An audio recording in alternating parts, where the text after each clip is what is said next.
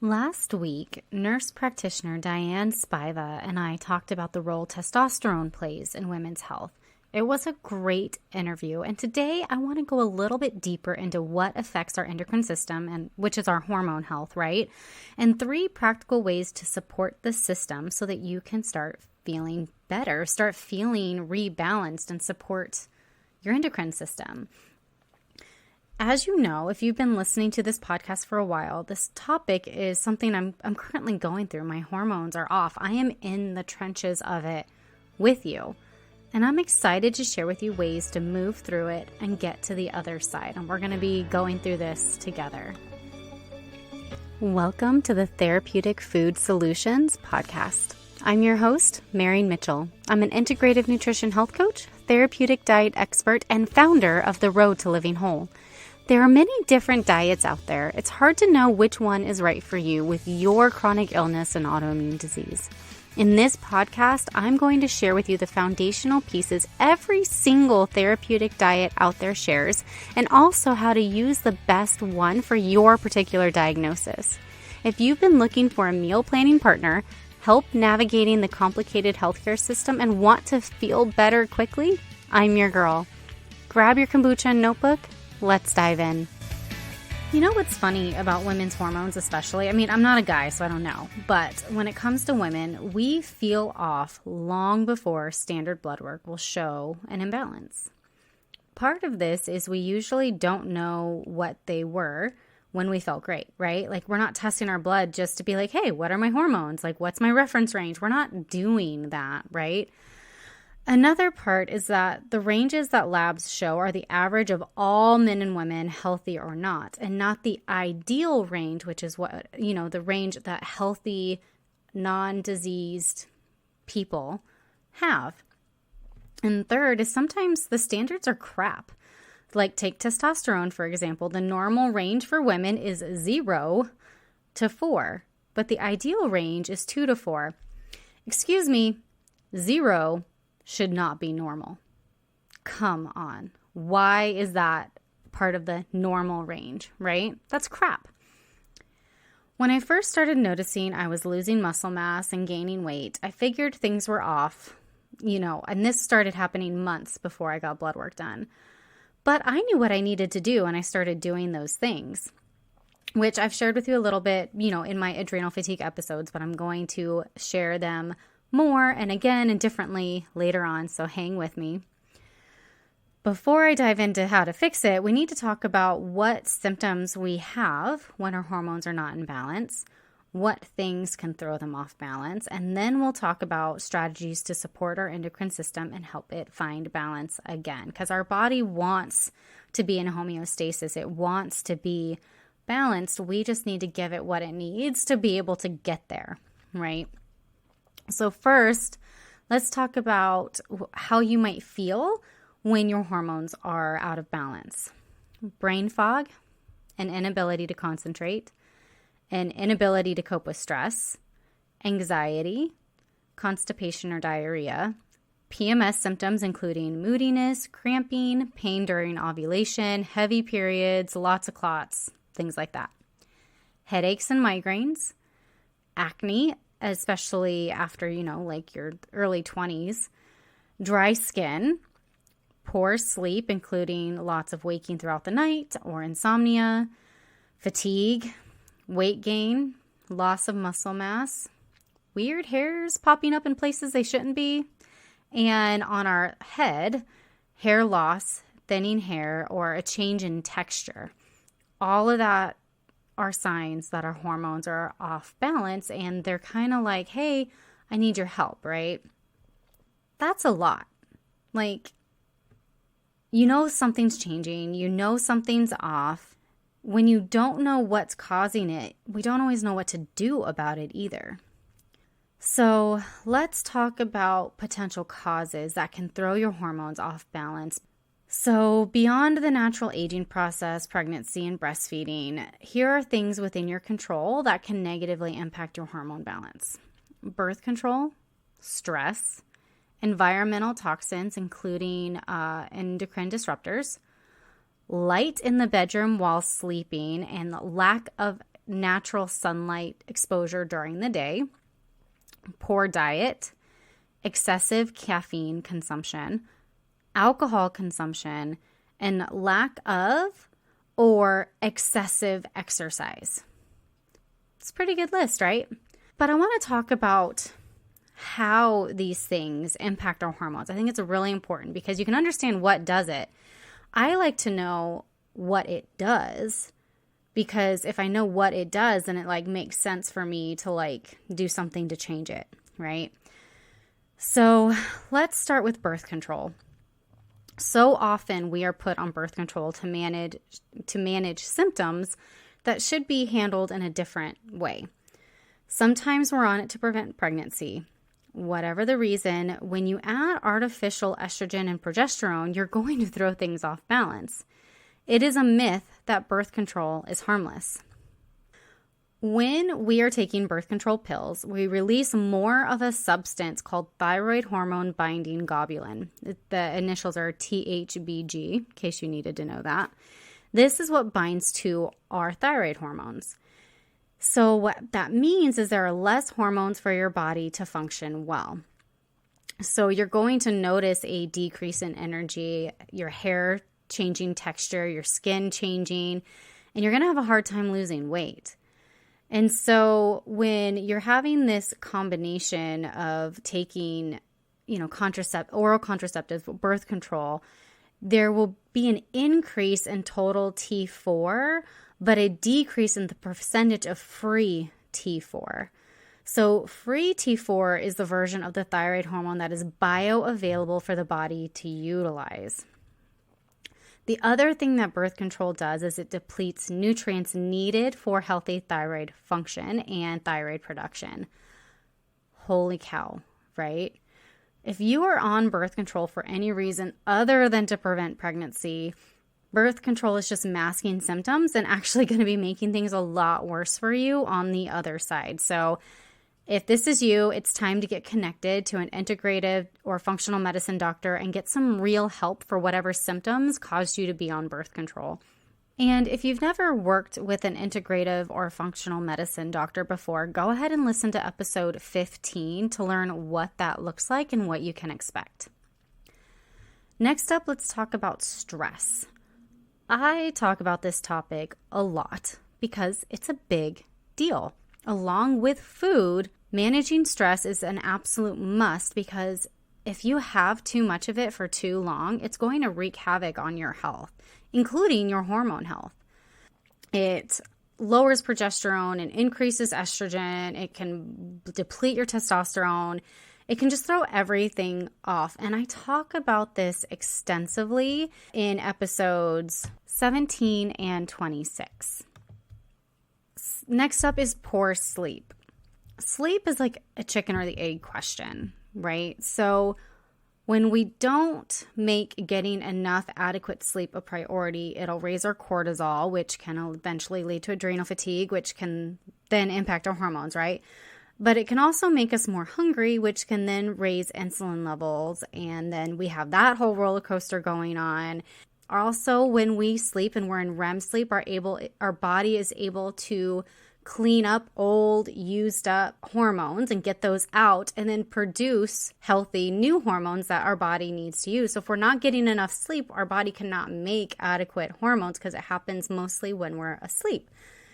Sleep is really, really important for your hormone health. So making that a priority is a must. Next up are environmental toxins and endocrine disruptors.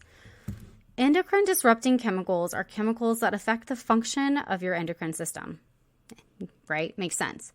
These can increase and decrease levels of hormones because they can change how they are made, broken down, and stored in our bodies. Other things that they do or interfere with our hormone balance are changing our hormonal sensitivities and mimicking real hormones.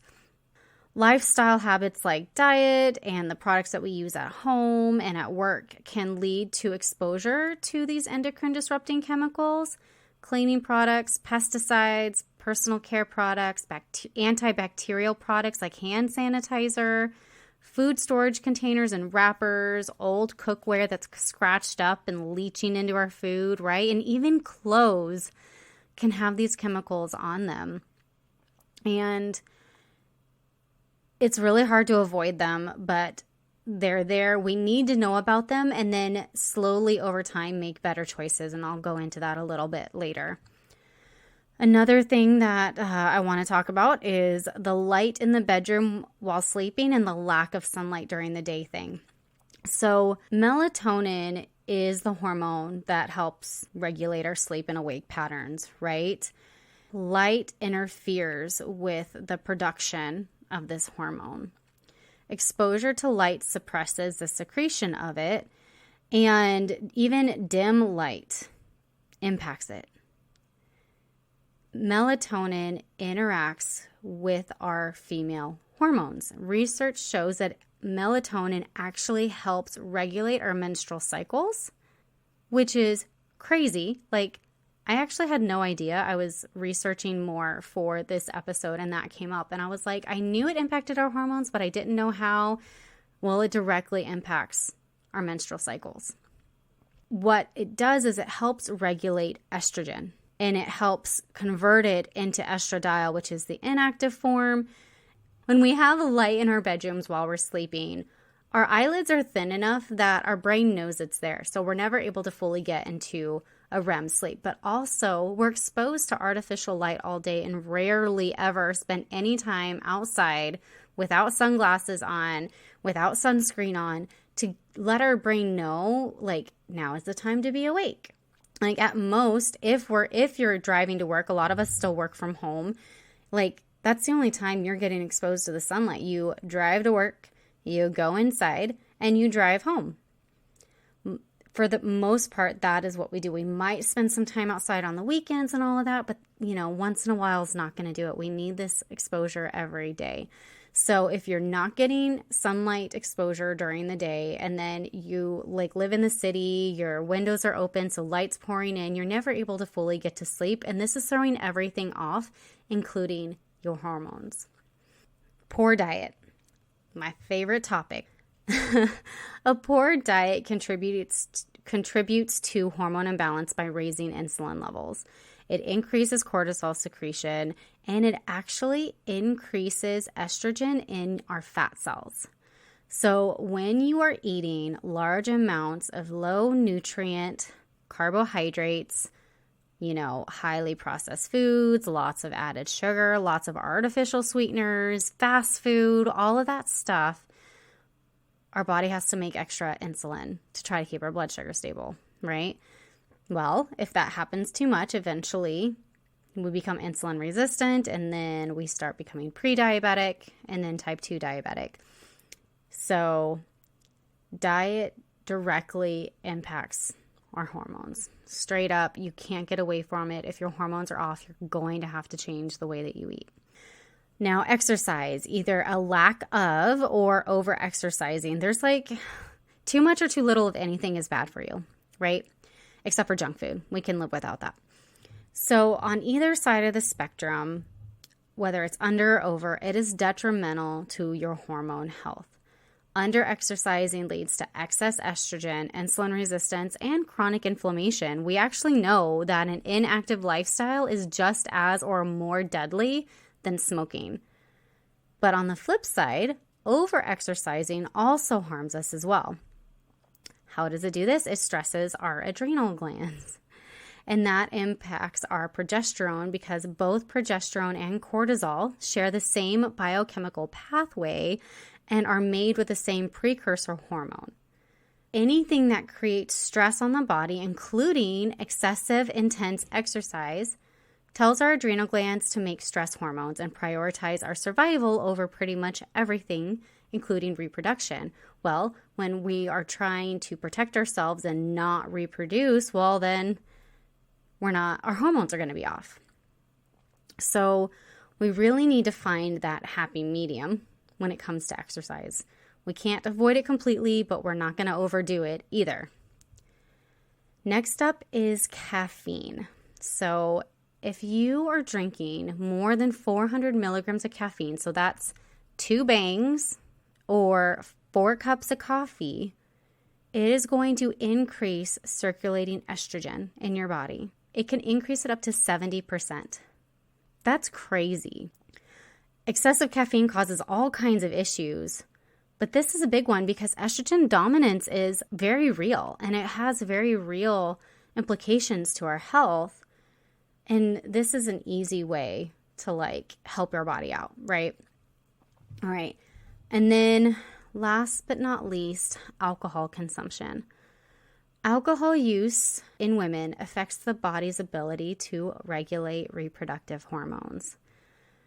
It elevates estradiol, and estradiol is the most common type of estrogen present in the body. And by increasing estradiol, we believe it's responsible for changes that occur in the reproductive system, and it also lowers progesterone. All of that directly impacts our hormones, and that is a lot of information, right? As a coach, what I like to do is take all of this information that we learn and really help kind of break it down into how you can apply it. You don't always need to remember everything because that's a lot to remember, right?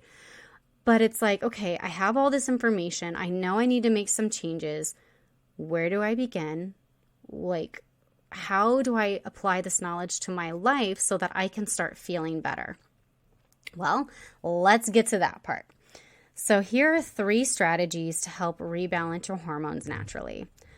Number 1, my favorite topic, is to eat to support your hormone health. I'm going to approach this a couple of different ways.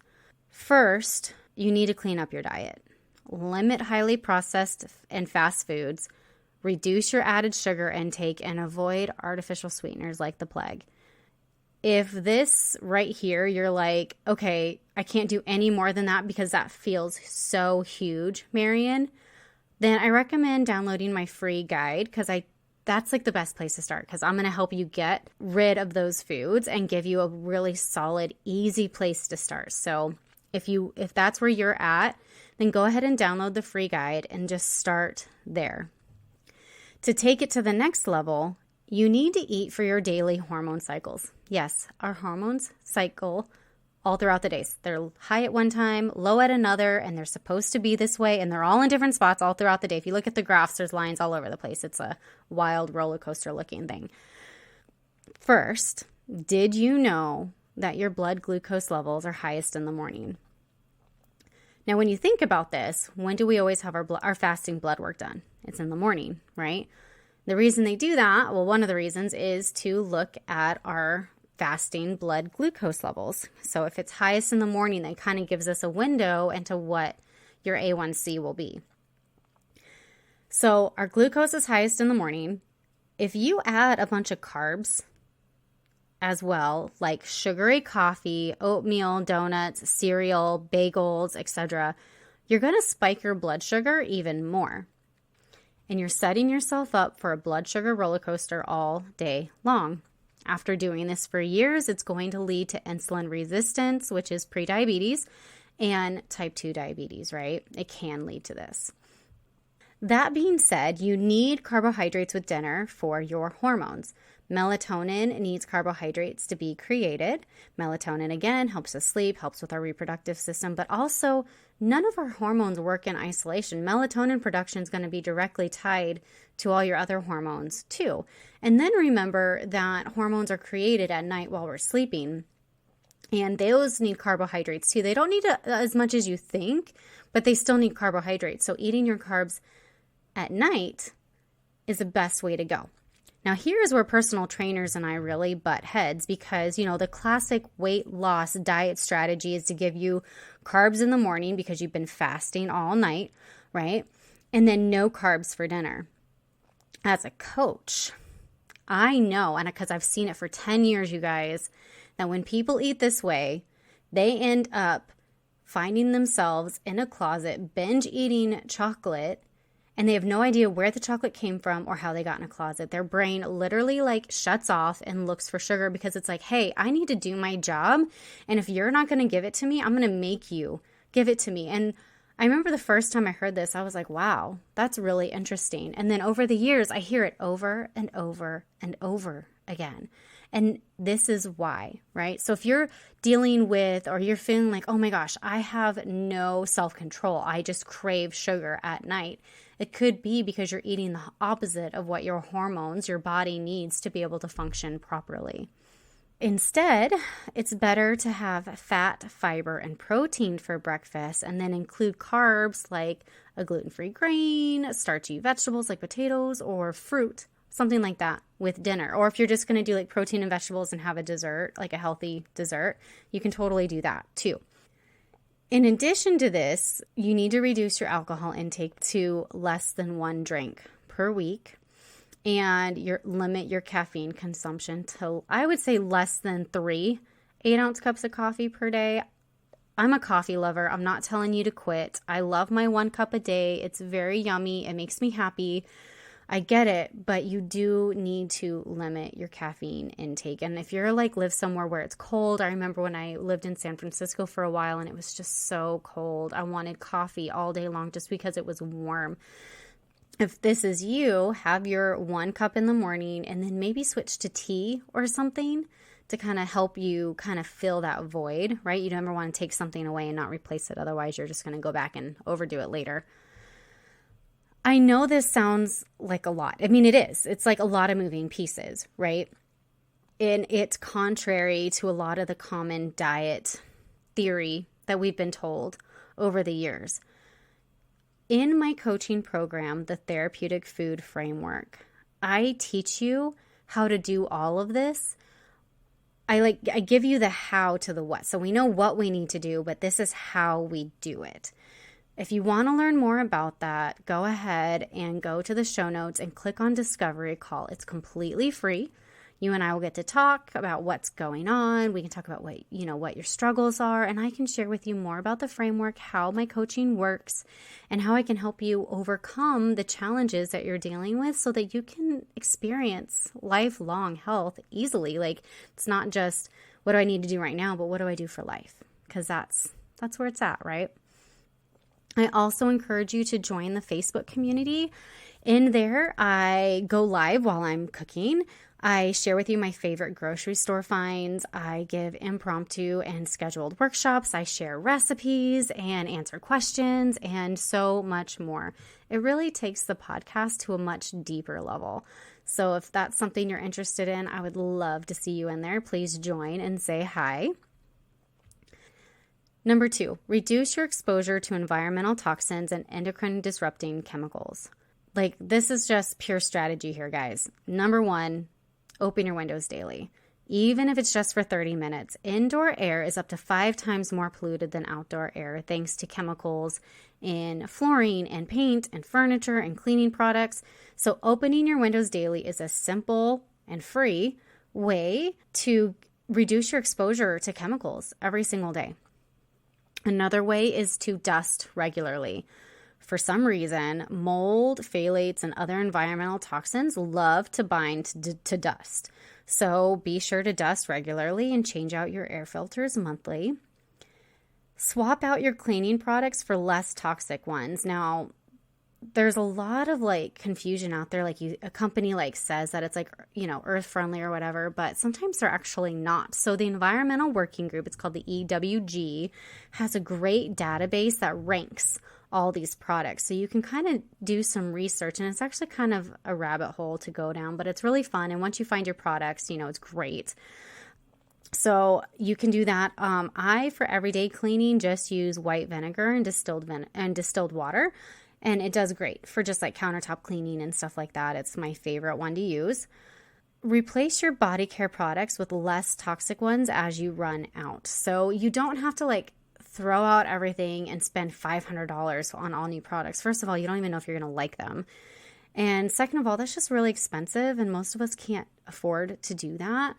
So instead, start now, go to the Skin Deep database and start researching products, looking at reviews, and just kind of start doing some homework and kind of prepare for what you want to buy next when your stuff runs out, and just slowly start reducing, the toxic chemicals that are being put on your body lotion and deodorant and makeup and shampoo, conditioner, all those things, there's much less toxic versions out there. You just have to find them. Consider using a different and natural form of birth control. Typically, that's natural family planning and or using condoms.